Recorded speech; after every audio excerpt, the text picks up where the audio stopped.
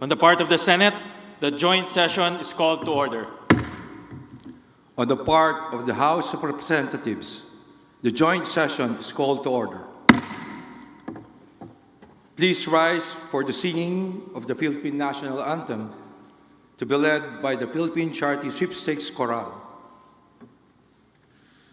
Bayang magiliw, pelas ng silanganan, alam ng puso, sa dibdib mo'y buhay. Lupang hinirang, duyag ka ng magiting, sa manlulupi, di ka pa sisitil, sa dagat at bundok, sa langit mong bughay, may ginawang tulas, paglayang minamahal, ang isap ng watawat mo'y tagumpay na nagdinigdig, ang bituin at araw niya kailan pang may di magdidilim, lupa ng araw ng buwan at ipagsinta, buhay ay langit sa piling mo. Aming ligaya na pag may mga api, ang mamatay ng dahil sa'yo.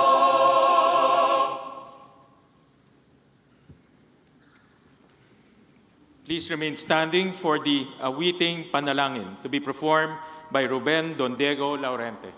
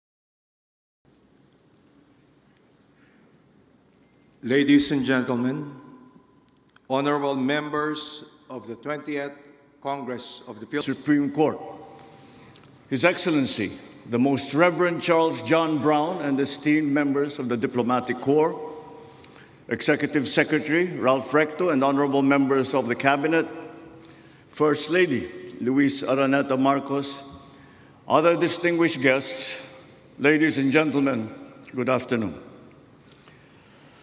Mga kababayan ko, naririto ako muli upang tuparin ang ating katungkulan at magbigay ng ulat sa inyo tungkol sa estado ng ating bansa at sa mga ginagawa ng inyong pamahalaan.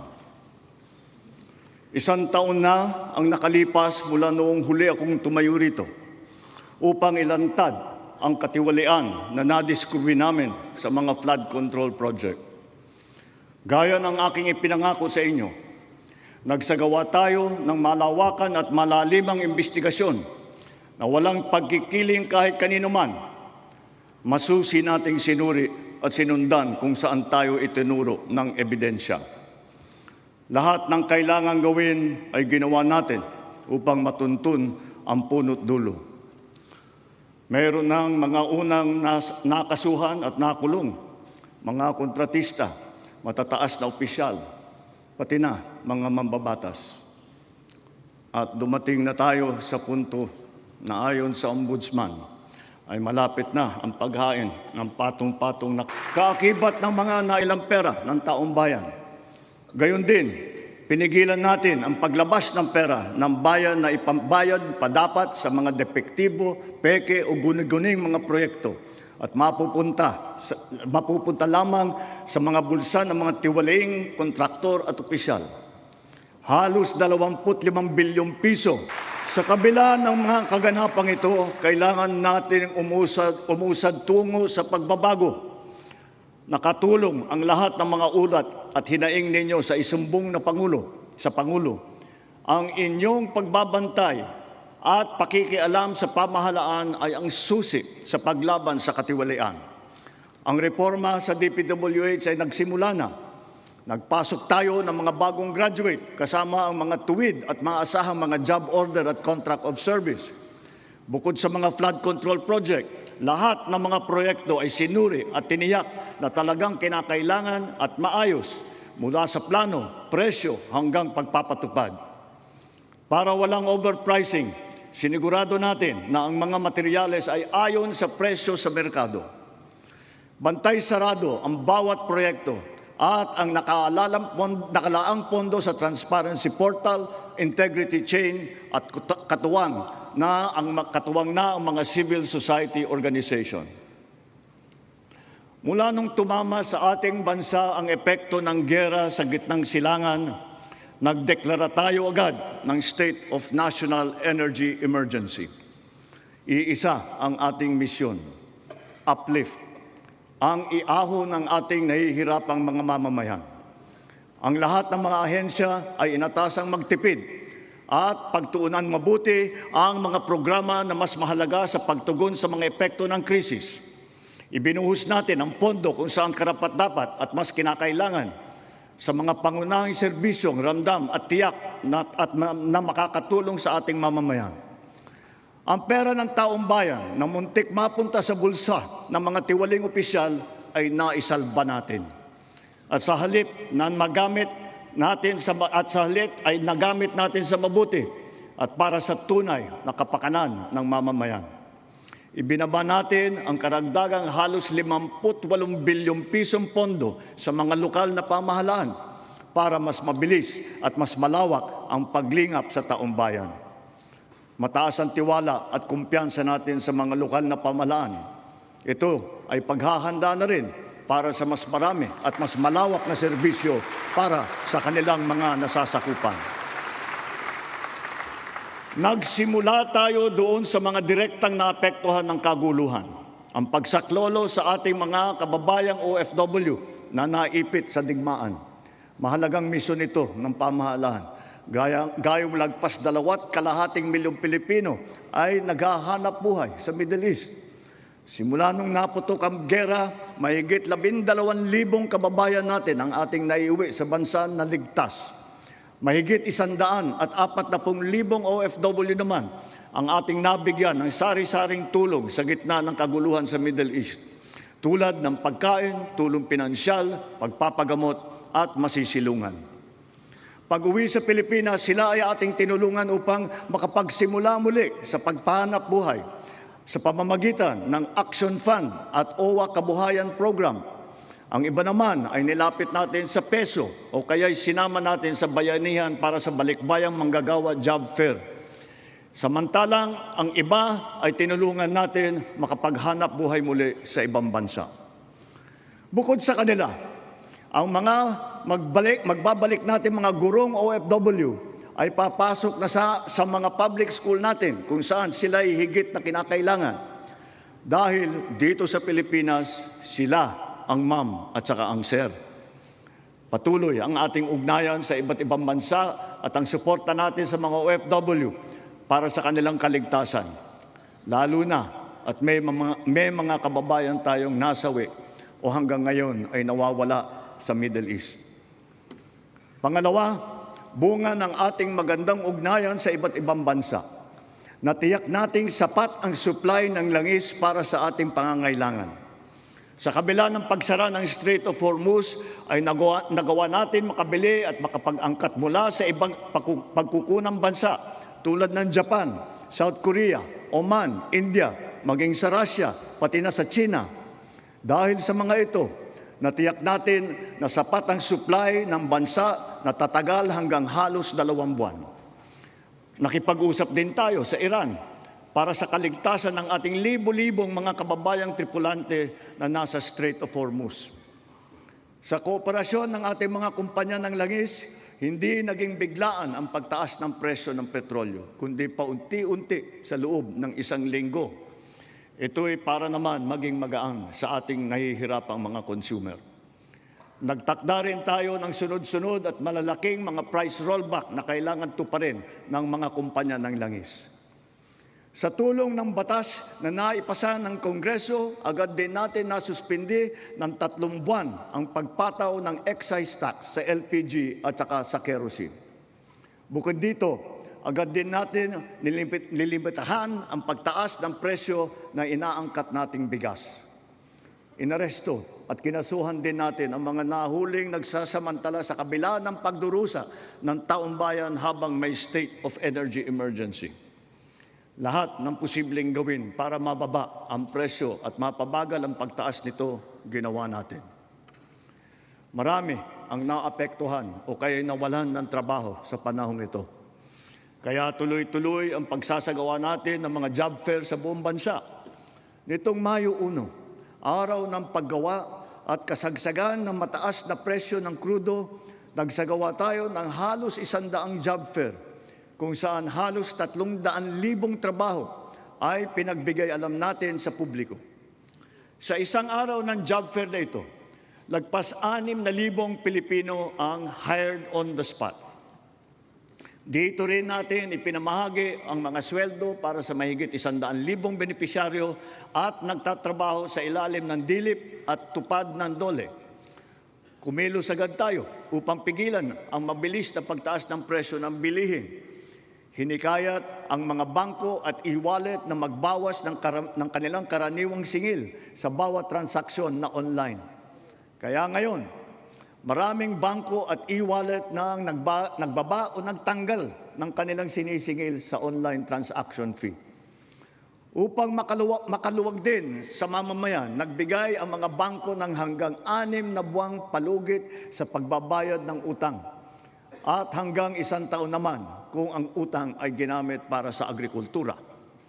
Ganito rin ang ginawa ng GSIS at SSS para sa mga utang ng mga miyembro nito, pati na ang NHMFC para sa mga umutang ng murang pabahay at ng Pag-ibig Fund para sa mga naapektuhan na OFW. Kahit papano ay nakaluwag ito sa mga consumer, lalo na sa mga naghuhulog para sa kanilang bahay at sa mga nagpupundar para sa kanilang negosyo. Sa panahon na lumiit ang kita dahil sa mataas ng mga presyo, mahigit 26,000 toneladang bigas ang binigay sa mahigit 2.5 milyong pamilya.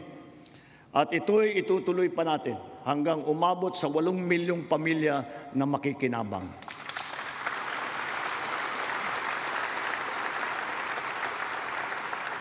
Patuloy pa rin ang programang Benteng Bigas Meron Na.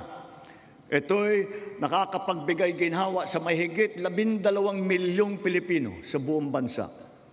Ang mahigit 800 nating kadiwa ay nasa buong Pilipinas ay sabay pa rin nakakatulong sa mga namimili at sa mga magsasaka at mangingisda na direktang nakakapagtinda ng kanilang mga produkto.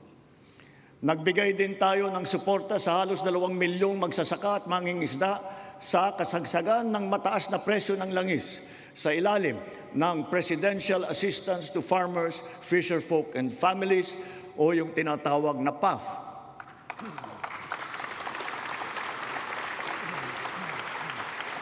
Dahil sa mas malakas, malawak at mura nating internet, naging mainam na alternatibo ang online classes at saka ang ating work from home. Mataas ang presyo ng ating kuryente, lalo na ngayong Hunyo, dala pa rin ng mataas na presyo ng krudo at paglakas ng dolyar. Gayunpaman, tiniyak natin na nabigyan ang mamamayan ng kaunting proteksyon sa kanilang electric bill. Ipinag-utos natin ang agarang pag-refund ng mga kumpanya ng kuryente na may sobrang nasingil sa mga customer nito. Ipinag-utos din natin na payagan ang ilang piling consumer na makapagbayad ng kanilang bill ng hulugan sa buwan ng Mayo, Hunyo at Hulyo. Kaugnay nito, pansamantala nating pinagbawal ang mga pagputol ng linya habang hinuhulugan pa nila ang kanilang bill sa mga buwang ito. Para sa ating mga micro-entrepreneur, ipinatupad natin sa BIR sa ngayong taon ang one-time tax abatement. Layunin nito na makapagbigay ng kaunting ginhawa sa mga nalugi o kaya lumiit ang kita dala ng hirap ng panahon. Ang sektor ng transportasyon ang pinakamatinding tinamaan ng epekto ng krisis. Super, operator, pasahero, manggagawa o negosyo man. Lahat ay umaray sa matarik na pagtaas ng presyo ng produktong petrolyo. Ngunit hindi natin kayang hayaan tumigil o maantala ito dahil ito ang nagsisilbing piston ng ating ekonomiya. Ang mga super ay natulungan ng cash relief mula sa ating programang AIX. Mayroon din 10 piso kada litro na diesel subsidy para sa mga pampasaherong jeepney at UV Express upang may dagdag na pangkarga. Bukod pa rito, mahigit 1,800,000 nagpapasada ang nahandugan din ng tulong ng AIX. Para naman sa mga pasahero, nagkaroon ng mga libreng sakay kung saan sinigundahan pa ng ilang mga ahensya ng pamahalaan gamit ang kanilang mga sasakyan. Humalili rin ang DA sa paghatid ng mga kargamento ng produktong agrikultural sa mga sentro ng kalakalan sa buong bansa. At para lalo pang makatulong ng sabay sa tsuper at pasahero, binuhay natin ang service contracting program para sa pampublikong bus at ang ating mga jeep. Sa ilalim ng sistemang ito, ang kwalipikadong operator o driver ay nakakakuha ng karagdagang kita sa bawat kilometrong tinakbo sa pagserbisyo ng mga pasahero. Sa panig naman ng pasahero, kung hindi man libre ang sakay, meron silang 20% na discount sa pamasahe. At ang diskwentong ito ay dagdag pa sa karaniwang 20% discount para sa mga estudyante, sa senior at saka sa may kapansanan. Ibig sabihin, para sa ating mga priority passengers, 40% ang kabuuang diskwento nila sa pamasahe.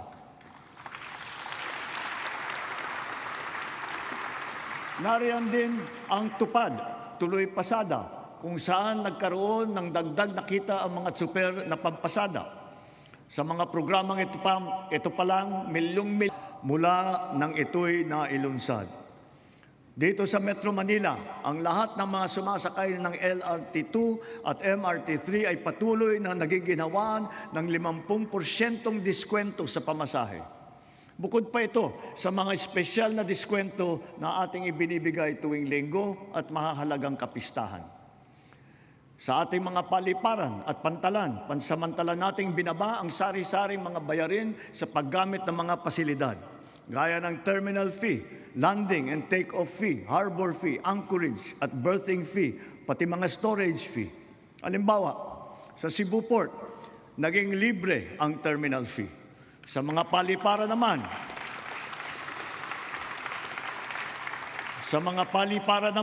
ang service charge sa mga pasahero ay binawasan din natin.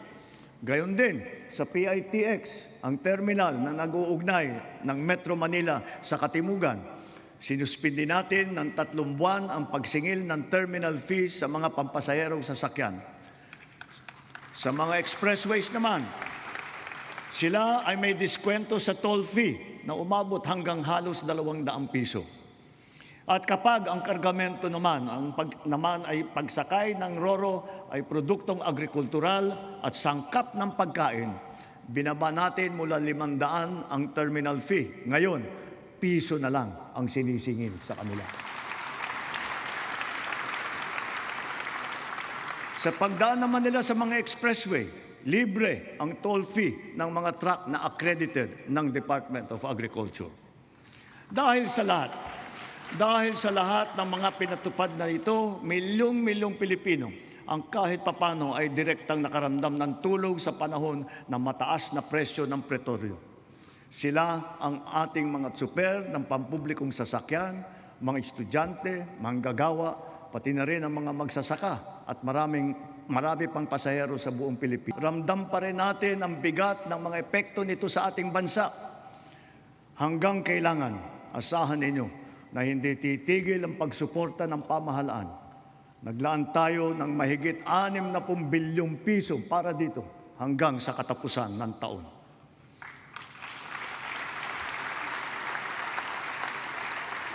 Ang pondo na naisalba natin na balak ibulsa ng mga tiwaling opisyal ay sa taong bayan natin ibinubuhos. Ngayon, ipipihit natin ang mga programa sa mas nangangailangan nating kapwa Pilipino para naman mas malawak at mas marami ang maaabot ng tulong. Layunin natin matulungan ng 3.2 milyong benepisyaryo ng 4Ps at walang gutom program, ang 1.2 milyong minimum wage na manggagawa ng miyembro ng SSS at ang 2.2 milyong kababayan nating mahirap na hindi pa naging benepisyaryo ng programang pang-ayuda ng pamahalaan. Nariyan pa rin ang nakaabang na pagsuporta natin para sa sektor ng transportasyon, agrikultura at mga OFW na apektado ng kaguluhan. Kung susumahin, mahigit 7.2 milyon pamilya na lubos na nangangailangan ang matutulungan natin sa mabigat na kabanatang ito. Ngunit, hindi natin kaliligtaan ang ating mga manggagawang Pilipino, lalo na ang mga middle class, pati na ang mga maliliit na negosyo. Alam natin na sila rin ay nabibigatan sa epekto ng krisis. So, to ensure the continued progress of the middle class amidst the lingering effects of the crisis, we will pursue tax relief measures that promote growth, that generate revenue, and advance equity towards socio-economic sustainability. Kaya bilang natatanging proteksyon sa kanila at para mas mapakinabangan nila ang pinaghirapan nilang kita, nananawagan ako sa Kongreso upang maipasa ang batas na magbibigay ng bahagyang ginhawa para sa ating bayaring buwis. Una, palawakin natin ang exemption sa income tax.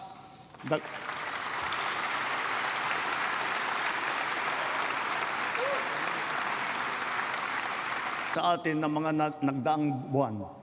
Una, ang kahalagahan ng seguridad at katatagan ng bansa pagdating sa enerhiya at sa pagkain, ng ating ugnayan sa ibang bansa at ng bawat mamamayan kahit saan man sila naroroon. Pangalawa, ang abilidad ng pamahalaan na kumilos agad sa angkop at mainam na paraan. At ang ikatlo, ang pagpursigi at pagnatyag ng Pilipino sa kabila ng mga hamong dumadaan. Dala ang mga sariwang leksyon nito, mas maayos at mabilis ang pagresponde natin sa ating mga naging biktima ng sakuna. Tulad sa nangyaring paglindol sa Visayas at Mindanao kamakailan, mahigit 600,000 pamilya ang ating nasakluluhan. Lampas 3 bilyong piso ang ating binuhos para sa agaran tulong sa mga pamilyang lubos na naapektuhan. Ito'y sa pamamagitan ng pagkain, pagpapagamot, tulong pinansyal at pabahay. Unti-unti na rin nating naaayos ang supply ng tubig at kuryente, linya ng komunikasyon at mga daan sa mga apektadong lugar. Hindi lamang minsang paghatid ng tulong ang ating ginagawa. Ang misyon natin ay sila'y muling makabangon at maitaguyod. We have moved on from the reactive approach. Now we are not only proactive, but predictive as well, aided by digital tools. The strategies of public-private supply chains, hubs and spokes, warehousing, automated production, and wide-scale pre-positioning of food and non-food supplies in LGUs have proven their efficacy. We have now established a network consisting of primary disaster resource centers in Luzon, in Visayas, and soon in Mindanao, 15 hubs, 76 spokes, and 919 last-mile facilities across the country, which makes up our nationwide disaster response infrastructure.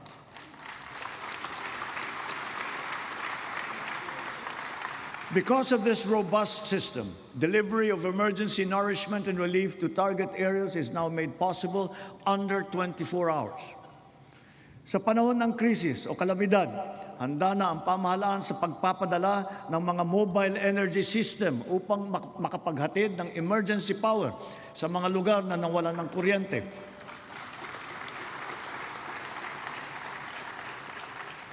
Complementing these are our government emergency communication system and the private sector-led and our first ever satellite-to-mobile service, both of which guarantee uninterrupted telecommunications nationwide in the event of crises and of disasters.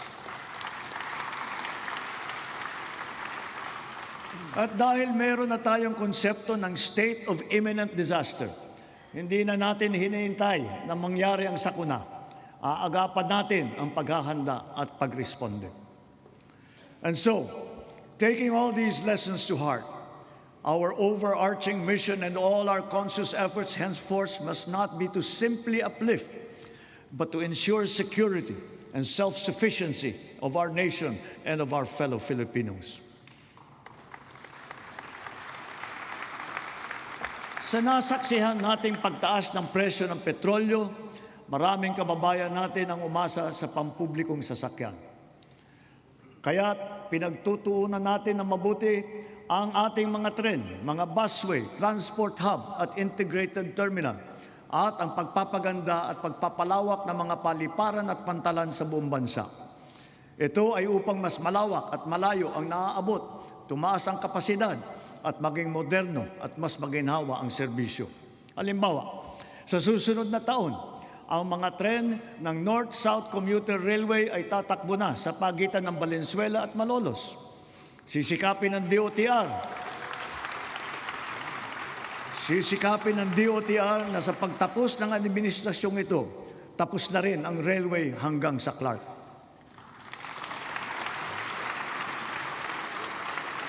Sa susunod na taon, bubuksan na rin ang 12 stasyon ng MRT-7. Matapos ang halos 3 dekada, may bago ng linya ang MRT na tutulak pa hanggang Sacred Heart sa Quezon City mula sa North Avenue. At balang araw, aabot pa ito hanggang San Jose del Monte, Bulacan.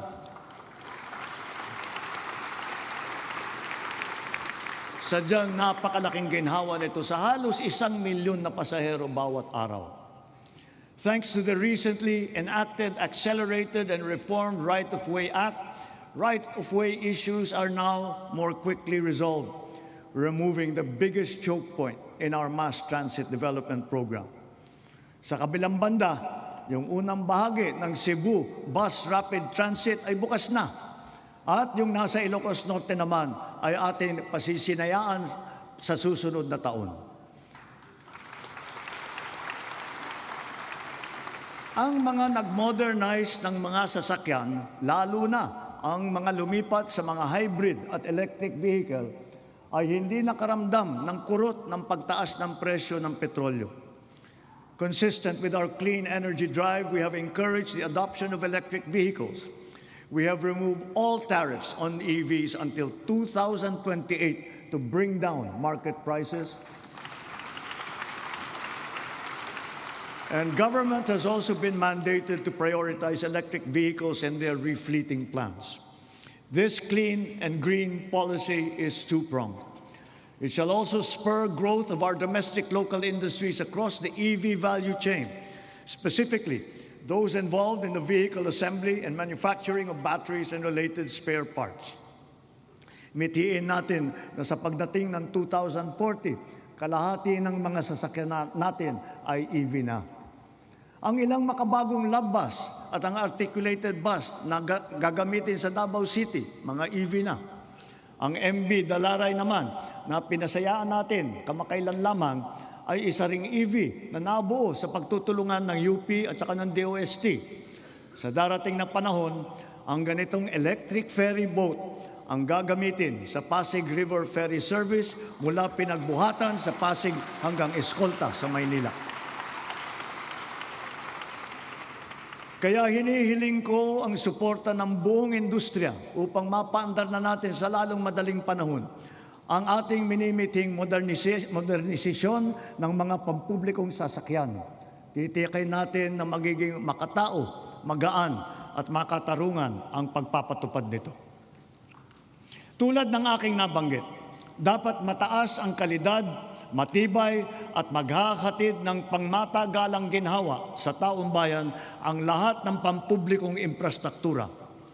Ngayong taon, matatapos na ang bahagi ng South Luzon Expressway TR4 mula sa Santo Tomas City, Batangas, papuntang Tiaong sa Quezon.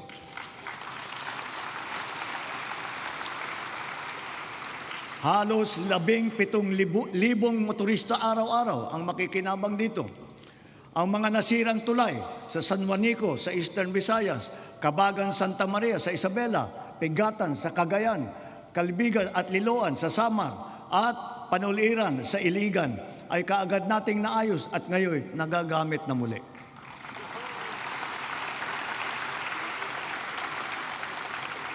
Bukod sa 137 evacuation center na naitayo sa buong bansa, magsisimula na ngayon taon ang pagpapatayo ng Ligtas Pinoy Centers. Una doon sa mga lugar na madalas tamaan ng hagupit na panahon, tulad ng Bicol, Eastern Samar, Bukidnon, Davao de Oro. Ang mga gusali na ito ay dinisenyo upang kayanin ang mga malubhang kalamidad tulad ng super typhoon na 340 kilometers per hour, ang lakas ng hangin at ang magnitude na 8.4 na lindol. Ganon din dapat ang taas ng kalidad at tibay ng lahat ng pribadong infrastruktura. Ang lahat ng gusali sa ating bansa ay dapat handa at kayang manatiling matatag at nakatindig laban sa anumang banta ng sakuna at kalamidad. Kaya akmal lamang ng bigyang halaga at pagtuunan ang pag-amyenda ng National Building Code upang maging alinsunod ito sa mga modernong pamantayan.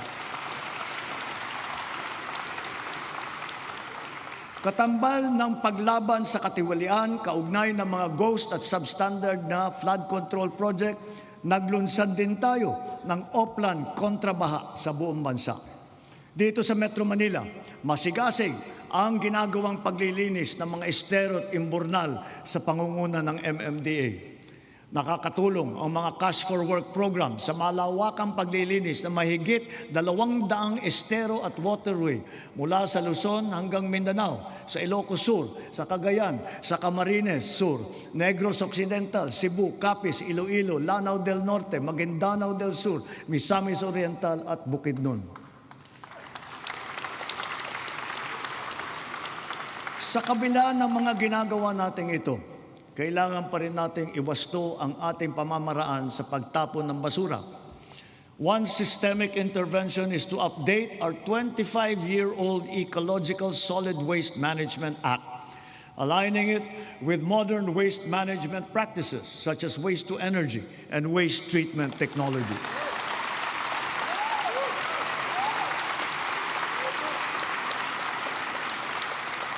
As we recalibrate our solid waste management systems, we can draw inspiration from the solid waste management practices being championed by the MMDA here in Metro Manila, such as waste recovery, processing, upcycling. For example, what used to be the Carmona Sanitary Landfill of the 1990s is now the MMDA Nature Park. And more than a multi-purpose green space, it shall soon be the base of its high-level disaster preparedness training and simulation exercises. Gayon din, ang ating sistema ng agrikultura ay pinapatatag natin upang magarantiya ang ating supply ng pagkain at maipababa ang presyo nito para sa lahat. Ang sari-saring mga programa tulad ng puhunan, farm input, kagamitan, kaalaman, pati na insurance ay tumutulong sa mga magsasaka at mangingisda. Kaya mula noong 2023, patuloy na tumataas ang produksyon ng bansa. Lumalakas ang cropping intensity, dumadami ang ani tulad ng palay, mais, asukal, baboy at manok. Dala ito ng malakas na buhos ng suporta sa sektor, ang gumaganda at lumalawak na sakop ng infrastruktura at sistema ng irigasyon at tumataas na antas ng mekanisasyon. Nagbubuklod na rin ang mga magsasaka at mangingisda at nabibigyan ng makabagong teknolohiya, binhi at mga pasilidad at kagamitan. Ilan sa mga ito ay ang 145 rice processing system, 3 malaking cold storage facility at halos 40,000 makinarya. Ang mga taniman naman ng niyog ay dumadami at lumalawak din, dala ng ating programa na malawakang pagtatanim sa buong bansa. Nakapagtanim na tayo ng 18 milyong puno at layunin po natin na sa pagkatapos ng administrasyong ito, makakapagtanim tayo ng 100 milyong puno ng niyog sa Pilipinas.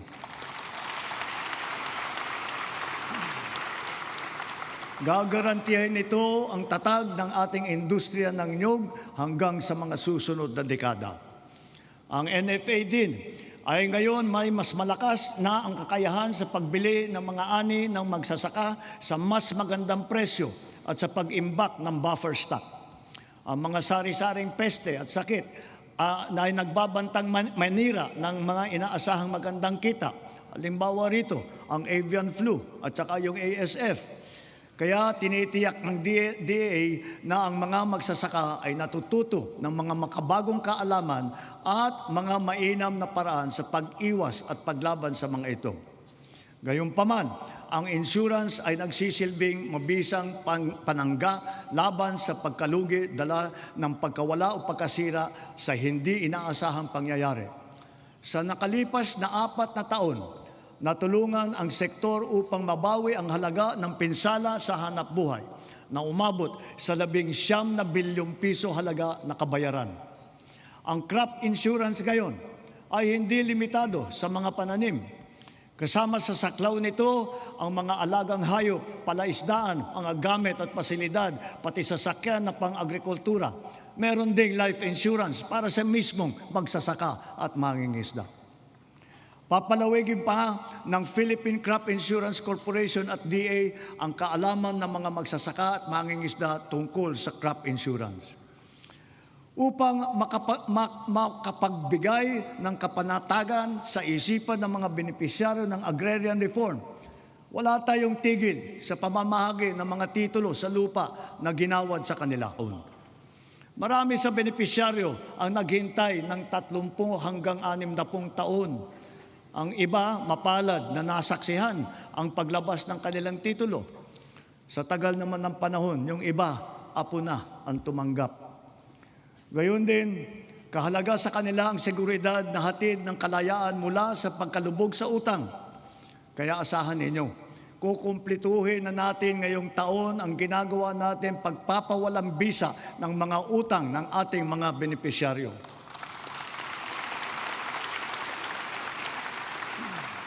Sa kabila ng mga ito, patuloy pa rin ang suporta ng DAR sa reformang agraryo tulad ng irigasyon, mga daan, makinarya at mga pautang para sa mga benepisyaryo nito. Kaya sinasabi ko, Secretary Conrad, huwag mong munang isipin na pwede ka na mag-retire. Marami ka pang trabaho na gagawin sa DAR. Ang mga nagdaang buwan ay nagpaalala sa atin na kailangan natin paramihin ang pinagkukunan natin ng kuryente. Ito ay isang tanda ng pagiging matatag na bansa. Kaya't kasalukuyan nating binabantayan at tinututukan ang 200 proyekto na matatapos hanggang sa dulo ng administrasyong ito. Ang kabuuang kapasidad ng mga ito ay halos 10,000 megawatt. 45 sa mga ito ay natapos na at 31 ay matatapos ngayong taon. At ang 124 naman ay inaasahang matatapos hanggang sa 2028. Dagdag pa rito ang mahigit 1,700 megawatt na hatid ng mga proyekto para sa energy storage system na may kakayahang mag-imbak ng kuryente. Karagdagang seguridad ito sa 2028 para sa halos 30 milyong kabahayan at mga industriya sa bansa.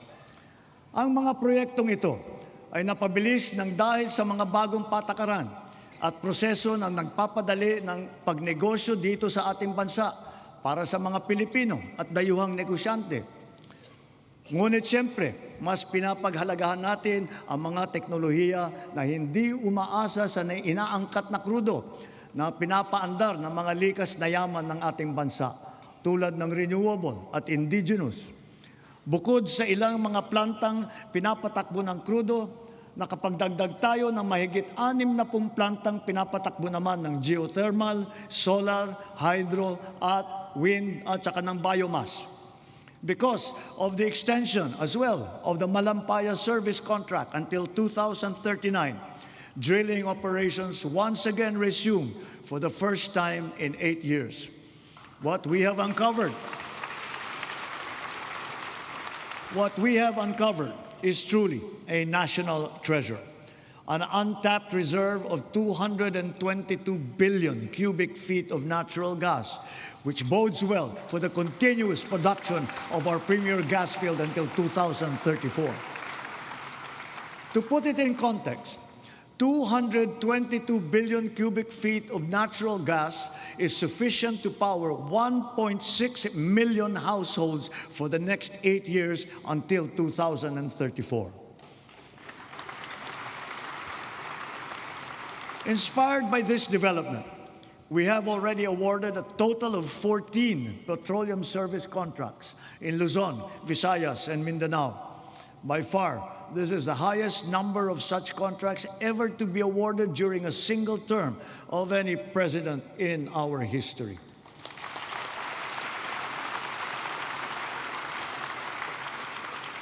Four of the contracts that we have so far awarded are for the production of hydrogen.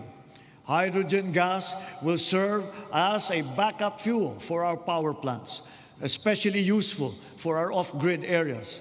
It is also touted as the world's clean fuel of the future. Two of the newly awarded petroleum service contracts are co-managed with the BARM government. This is the first time in our political history. BARM is now firmly set to pursue its strategic vision of energy security and total electrification for and in the Bangsamoro region.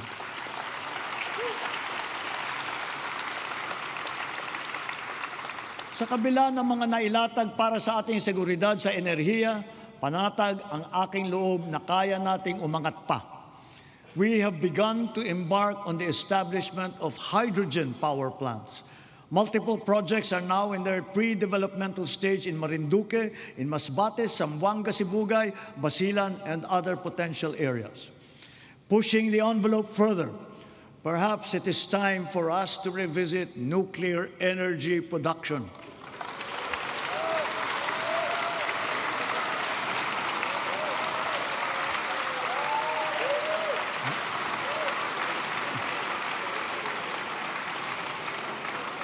After all, we are already using nuclear energy in the fields of medicine, in agriculture, water filtration, and the upcycling samantalang hanap buhay o di kaya'y tulong pinansyal.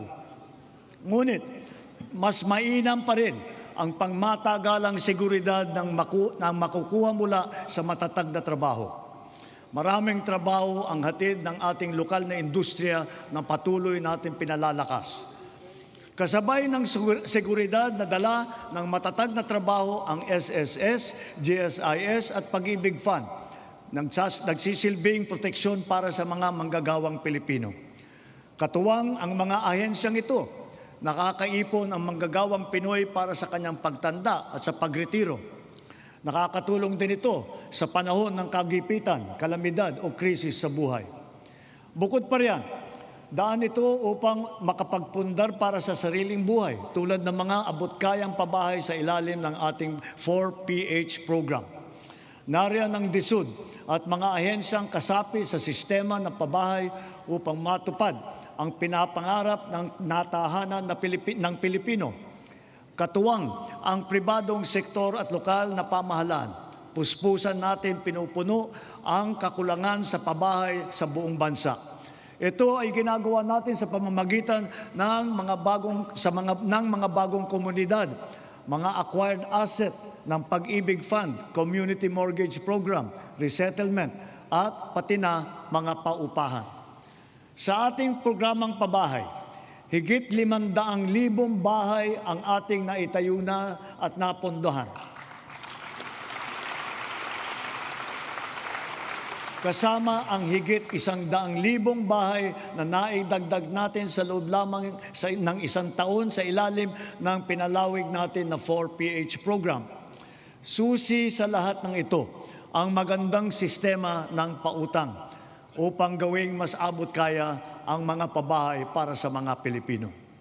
Isa na rito ang Pag-ibig Fund. Ang kanyang 17 milyong miyembro ngayon ay patuloy pang dumadami.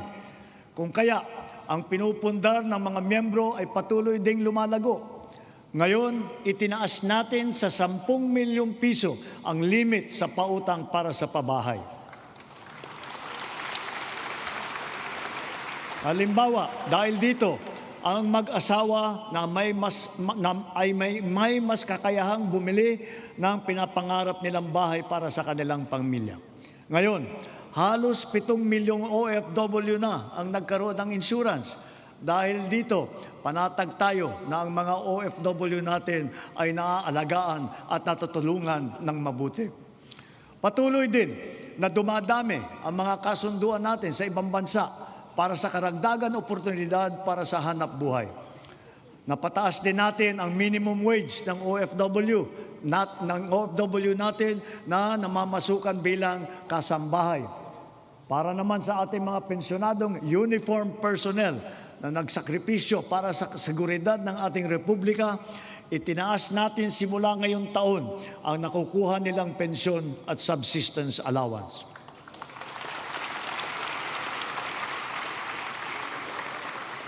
Bilang dagdag tulong naman sa mga pensyonado ng SSS, pinaaga natin ang 10% pagtaas ng kanilang pensyon simula Hunyo na dapat sana ay nakatakda pa sa Setyembre. Mula nung nag-umpisa ang administrasyon, humigit kumulang 44 na milyong Pilipino na ang protektado ng SSS. Mahigit 80,000 sa kanila ay mga tsuper, mga tindero, tendera, gig worker, mga job order at contract of service at iba pang mga nasa informal na sektor. Ang mga contract of service at job order ng pamahalaan, ipinagpatuloy natin ang kanilang mga serbisyo.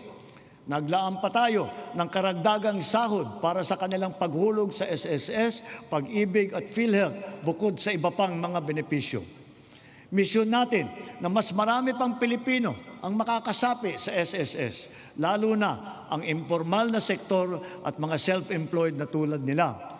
Kaya nananawagan ako sa buong sambayanan, huwag natin ipagwalang bahala ang seguridad na handog ng SSS, pati na ang Pag-ibig Fund. Tiyakin po natin na ang wasto at buwanang paghulog para sa mga ikabubuti ng ating mga kinabukasan. Maganda ring balita na dumadami sa ating mga kababayan ang kumukuha ng insurance at pre-need mula sa pribadong sektor. Mainam din itong pagpundar para sa kinabukasan. Ito ay para sa lahat ng Pilipino. Ginawa rin itong mas abot kaya dahil sa mga micro-insurance plan. Ngayon na nasa merkado, ito yung mga rehistrado at lehitimo. At mas maganda rin balita sa ating kabataan. sa kanilang murang edad ay nagbubukas na ng mga account sa bangko o kaya sa digital payment app. Hikayatin at turuan natin silang mag-impok at magpundar para sa kanilang kinabukasan.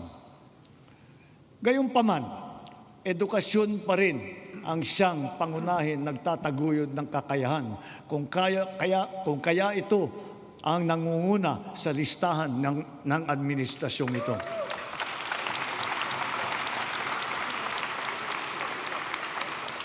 Sinisimulan natin ito mula sa pagkamusmus at ito'y dapat tuloy-tuloy at hindi tumitigil. Kaya dapat nakakintal sa puso't isipan ng mga Pilipino ang lifelong learning at continuous self-improvement. Ang nagdaang mga buwan ay nagpaalala sa atin na mahalaga ang reskilling at upskilling ng ating mga manggagawa. Napatunayan natin ang kakayahan ng mga senior high school graduate natin sa mga isinagawa natin bagong Pilipinas Serbisyo Fair nitong Marso. Mahigit 1,200 senior graduate ang naging hired on the spot. Maaari na rin sila ngayon mag-apply para sa mga bakanteng unang baitang na posisyon sa pamahalaan. Ngunit patuloy pa rin natin pinalalakas ang curriculum ng senior high upang lalong maihanda ang estudyante para sa tunay na mundo. Pinaigting ang work immersion para maranasan nila ng personal ang paghahanap buhay sa kanilang gustong larangan. Panatag ang ating loob sa edukasyon pagkatapos ng senior high dahil sa patuloy na pagtaas ng kalidad ng kolehiyo sa ating bansa. Noong 2022, ang mga kolehiyo natin na pumasok sa World University Rankings for Innovation ay 12 lamang. Patuloy po nating ipinataas ito bawat taon. Ngayon, 140 kolehiyo na ang pumasok na sa World University Rankings. At lagpas kalahati sa kanila ay state at local universities and colleges kung saan libre ang matrikula.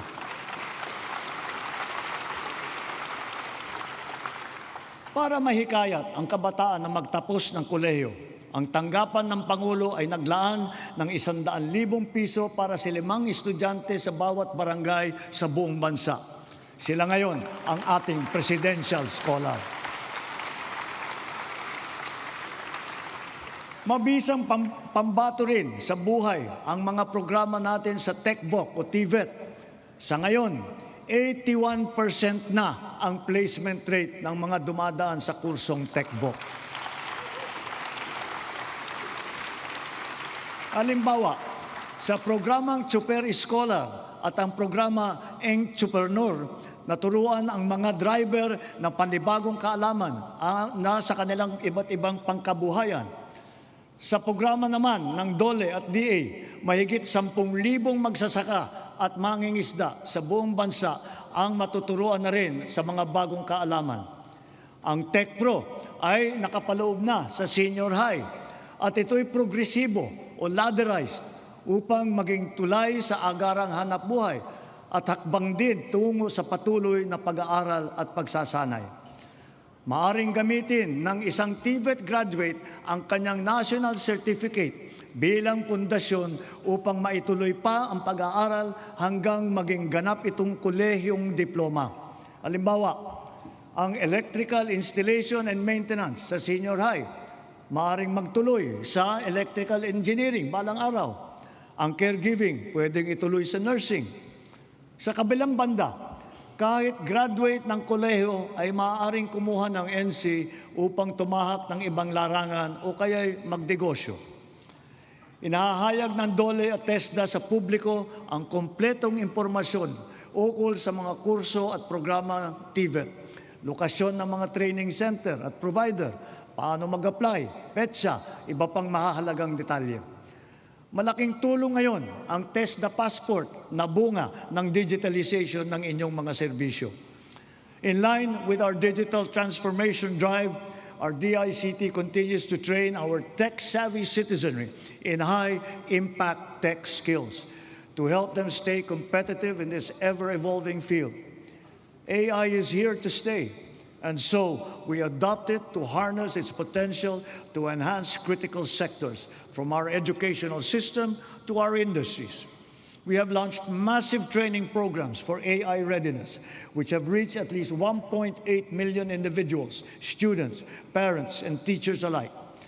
This success inspires confidence to further scale up our initiatives for AI literacy across all sectors. We must ensure our global competitiveness. Within and beyond the academe, we must inculcate in our youth the virtues of critical thinking, innovativeness, creativity, as well as the ability to find solutions to problems. Our targeted scholarships and funding grants are all aimed to encourage these trailblazing traits. Contests such as Young Creative Challenge, the NICE, and the Philippine Innovation Awards recognize their talent and their hard work. At the same time, we have to do more to protect our children. We must protect them from the harmful influences and forces that exploit their vulnerability. The corrosive influence of fake news, the unfettered exposure to pornography, even to minors, the constant depiction of casual violence, and the toxicity and hate culture pervasive in social media. These pernicious influences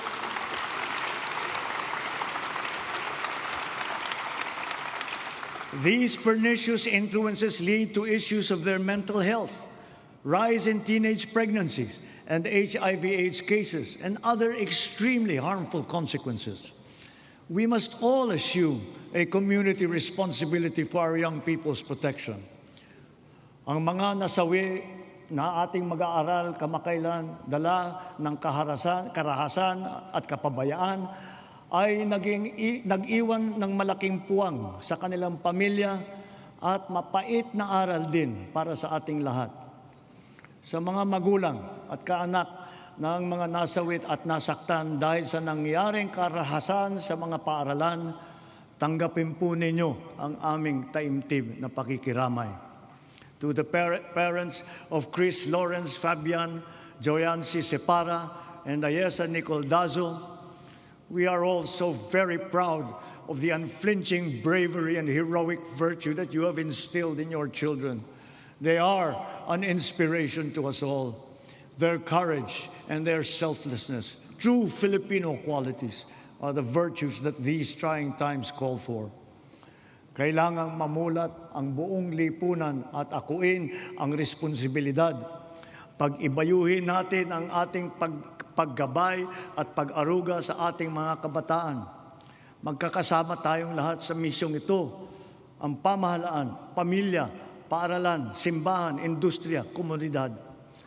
Tatayo ang paaralan bilang pangalawang tahanan para sa kanila. Kaya hinahanda natin ang mga pampublikong paaralan upang tanggapin sila ng bukas palad. Ngayong school year, tuloy ang ating school-based feeding program bilang mabisang suporta sa pag-aaral. Sa programang ito, mapapakain natin ang mahigit 4.2 milyong kinder at grade 1 at mga mag-aaral na grade 2 at pataas na mga lubos na nangangailangan ng nutrisyon. Magtutulungan ang lokal na pamahalaan, ang barangay, PNP, DepEd upang palakasin ang seguridad sa paaralan. Siniguro ng DepEd na nakahanda, gumagana at alam ng lahat ang mga mekanismo at proseso sa pag-ulat, sa pagtugon sa mga insidente ng bullying, pati na sa mga iba't ibang emergency. Hindi inahanda rin natin ang ating mga principal at guro upang mamagitan sa pag-ayos ng anumang hindi pagkakaintindihan ng mga estudyante. Hindi mawawaglit sa ating isipan ang karangalan at kadakilaan ng ating mga guro.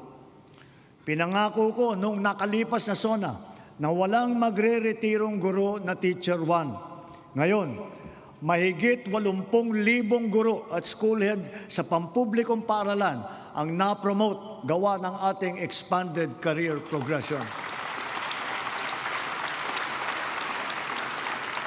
Nagkaroon na rin ng mahigit 30,000 karagdagang posisyon para lumakas ang puwersa ng mga guro. To facilitate effective instruction, we also continue to provide them with helpful and innovative teaching aids such as smart TVs, laptops, tablets, free mobile data, even lapel microphones. To dramatically increase the traditional annual production output of DepEd, we have activated force multipliers in addressing classroom storage, tapping the DPWH, PAGCOR, and the LGUs as additional production arms for the increase in our schoolrooms. For its part, the private sector also will construct its initial share of more than 16,000 classrooms in Luzon by way of PPPs. Additional PPPs with higher production targets will soon follow for the Visayas and Mindanao.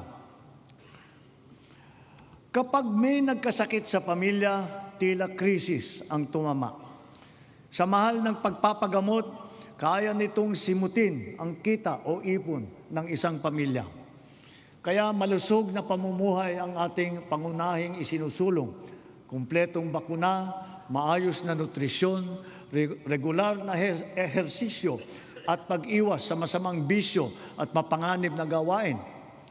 Mahalaga rin ang ating sports. Itinaas natin ng triple ang suporta natin dito. Hindi lamang dahil sa aliw na hatid nito, kundi para sa kalusugan. Sa nag-uumapaw nating suporta kay Alex Eala, sana ay marami ang maengganyo para matuto at maglaro hindi lamang ng tennis, kundi ng ibang sport pa. Sa halimbawa ng Pilipinas Women's Football Team, sana rin ay mas sumikat pa ang football sa ating bansa at maraming maglaro. Balang araw, baka makasali na ang Pilipinas sa World Cup.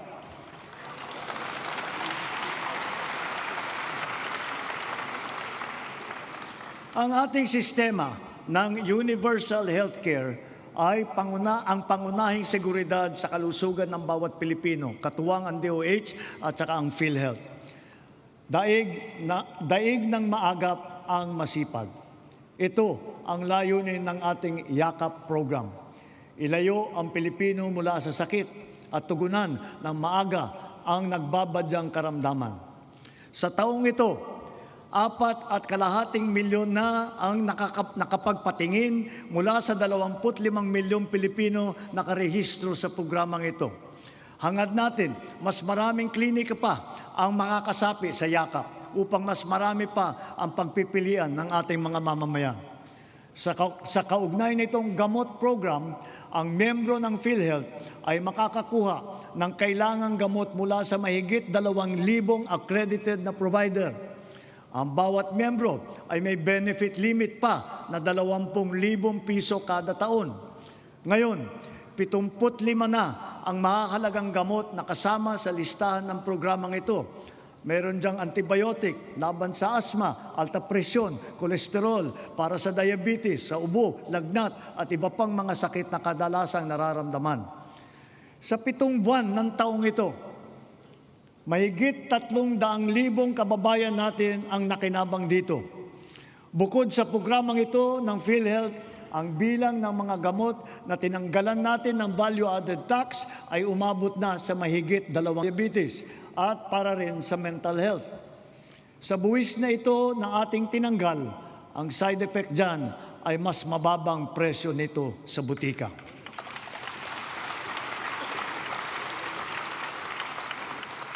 Ngunit, kung pag-iwas sa sakit ang ating tunay na pakay, kulang pa ito. Kailangan mas maaga ang pagbabantay.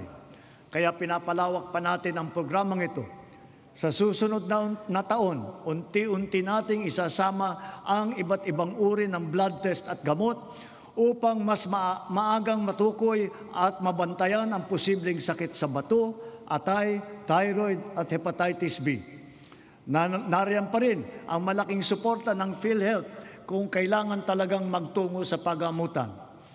Patuloy na pinaparami ng PhilHealth ang sakop nitong mga sakit, kondisyon at serbisyo. At itinaas din nito ang limit upang matiyak na sumasabay ito sa pagtaas ng mga presyo. Pinahahalagahan ng PhilHealth ang mga laganap at malubhang mga karamdaman tulad ng kanser at sakit sa puso. Kasama na rin ngayon ang pagpapagamot ng HIV/AIDS upang makatulong sa pagpigil na dumadaming mga kaso dito sa bansa. Pati na rin ang TB na kumikitil ng halos 100 buhay bawat araw dito sa atin. Para mapaganda pa ang suporta natin sa mga batang may developmental disabilities, dodoblehin natin ang PhilHealth package para sa pagpapatingin sa therapy.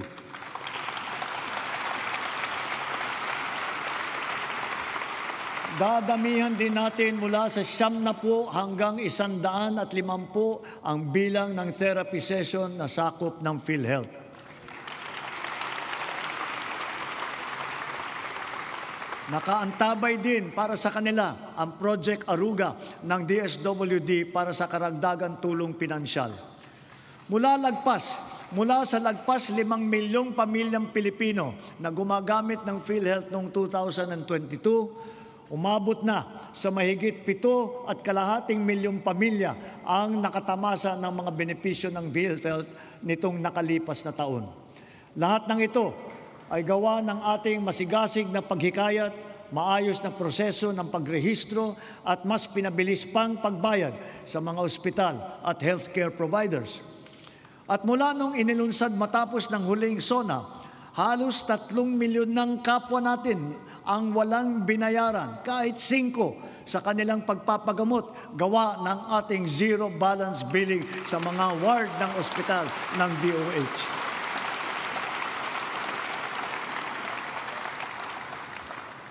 Siyempre, hindi natin makakaligtaan ang maaasahang medical assistance o MAIP. Mas marami na ang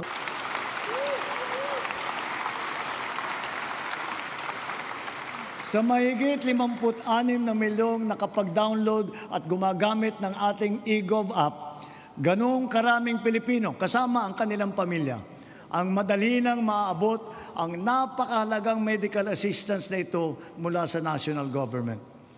Kung kaya't sa puntong ito, mahigit 8 milyong pasyente na ang natutulungan ng maaasahang MAIP. Sa ating ginagawang mga pagbabago, mas marami pa ang matutulungan nito, anumang antas sa lipunan. Paraan natin ito upang mapakinabangan ng mamamayan ang buwis ng kanilang binabayaran. Patuloy pa nating inaayos ang sistema ng mga ospital at mga pasilidad sa bansa, kasama ang mga bukas at mga specialty center. Mayroon din Valor Clinics na tanging para naman sa ating mga veterano at kanilang pamilya. At magsisimula na rin tayong iguhit ang plano para sa makapagtayo ng isang Virology and Vaccine Institute dito sa ating bansa.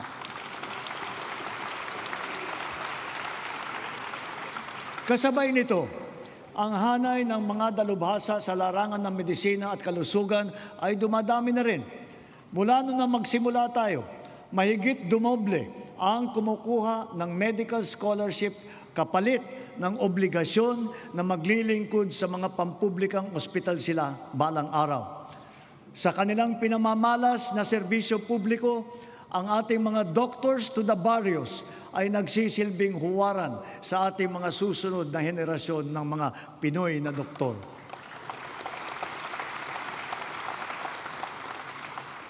As we have witnessed and proven during this difficult period, our strong foreign relations have earned us incalculable dividends. The Philippines is once again a full member of the community of nations.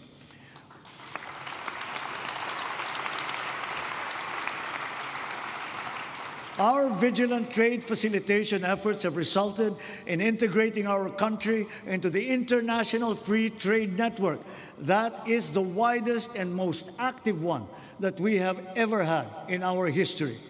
It has yielded transformative economic agreements, such as the Regional Comprehensive Economic Partnership. And now, we are set to seal yet another promising comprehensive economic partnership agreement, this time with the United Arab Emirates. Because of these international engagements, the Philippines now has 23 free trade agreements in force or under active negotiations with other countries. Our exports have grown. They have continued to grow. reflecting high productivity and the increasing competitiveness of our products and services in the international trade market.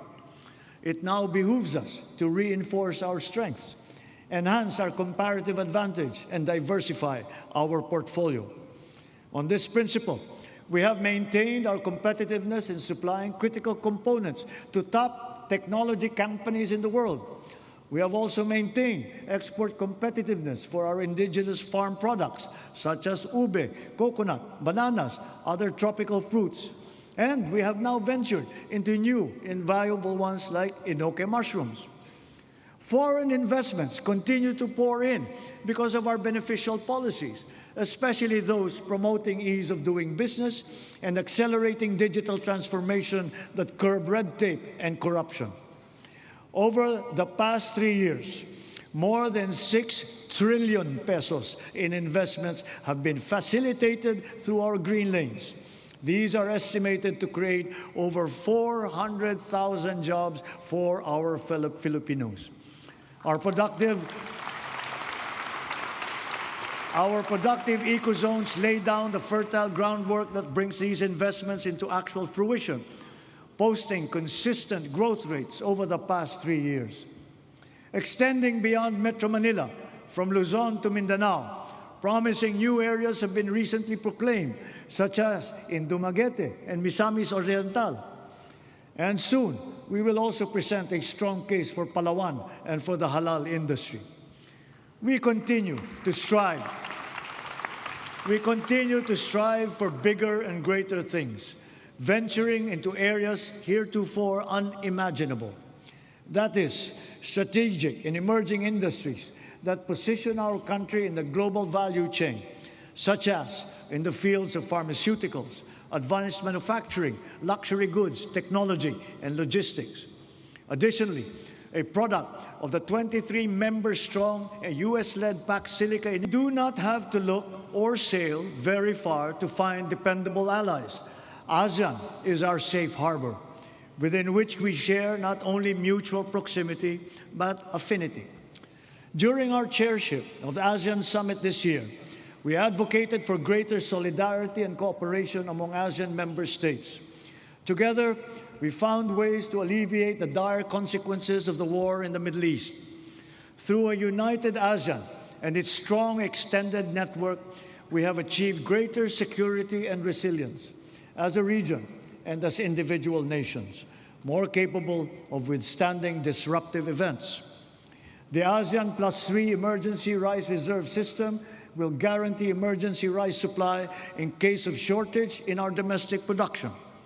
The ASEAN Digital Economy Framework, led by the Philippines, will harmonize digital rules and enable cross-border digital transaction. It will accelerate the growth of our local tech sector, enable fintech and digital banking solutions, and support financial inclusion, especially for small enterprises. Likewise, the Framework Agreement on Petroleum Security for the joint stockpiling of energy assets in the region has been ratified. And now that our Luzon, Visayas, and Mindanao grids are fully connected, we are in a better position to connect with our neighbors to help realize the ASEAN Power Grid.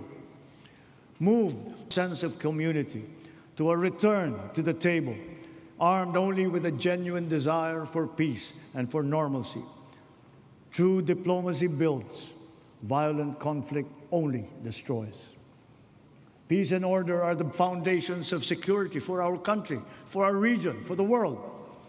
A long but worthwhile 15 years since its signing, we are now ready to formalize a historic completion of the government's peace pact with the CBA-CPLA. And in accordance with the Republic Act number 12317, the BARM electorate is now poised to partake in BARM's first regular parliamentary election.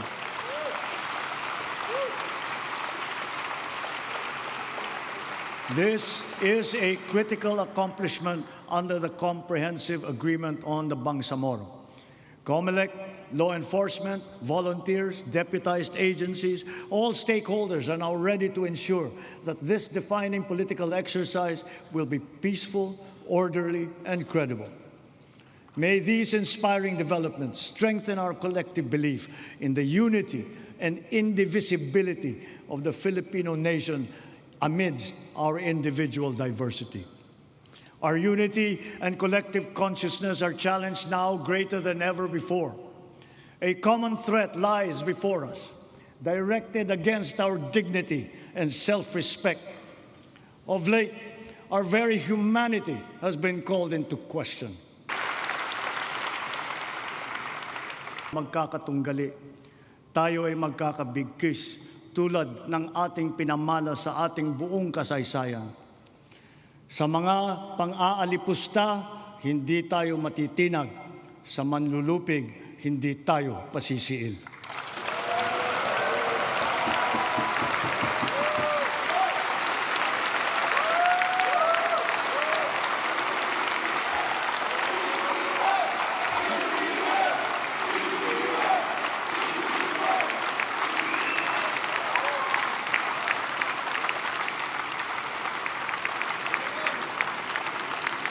Sa nalalabing 2 taon ng administrasyon, tatapusin natin ang mga nasimulan at tutuparin ang ating pangako sa sambayanan. My beloved countrymen, let us continue the work that we have started to make the Philippines the country that Filipinos deserve. There is no nobler cause than this. We do this for our children. We do this for our future. We can but do this because we love our country and we love our people. Maraming salamat po. Magandang gabi po. A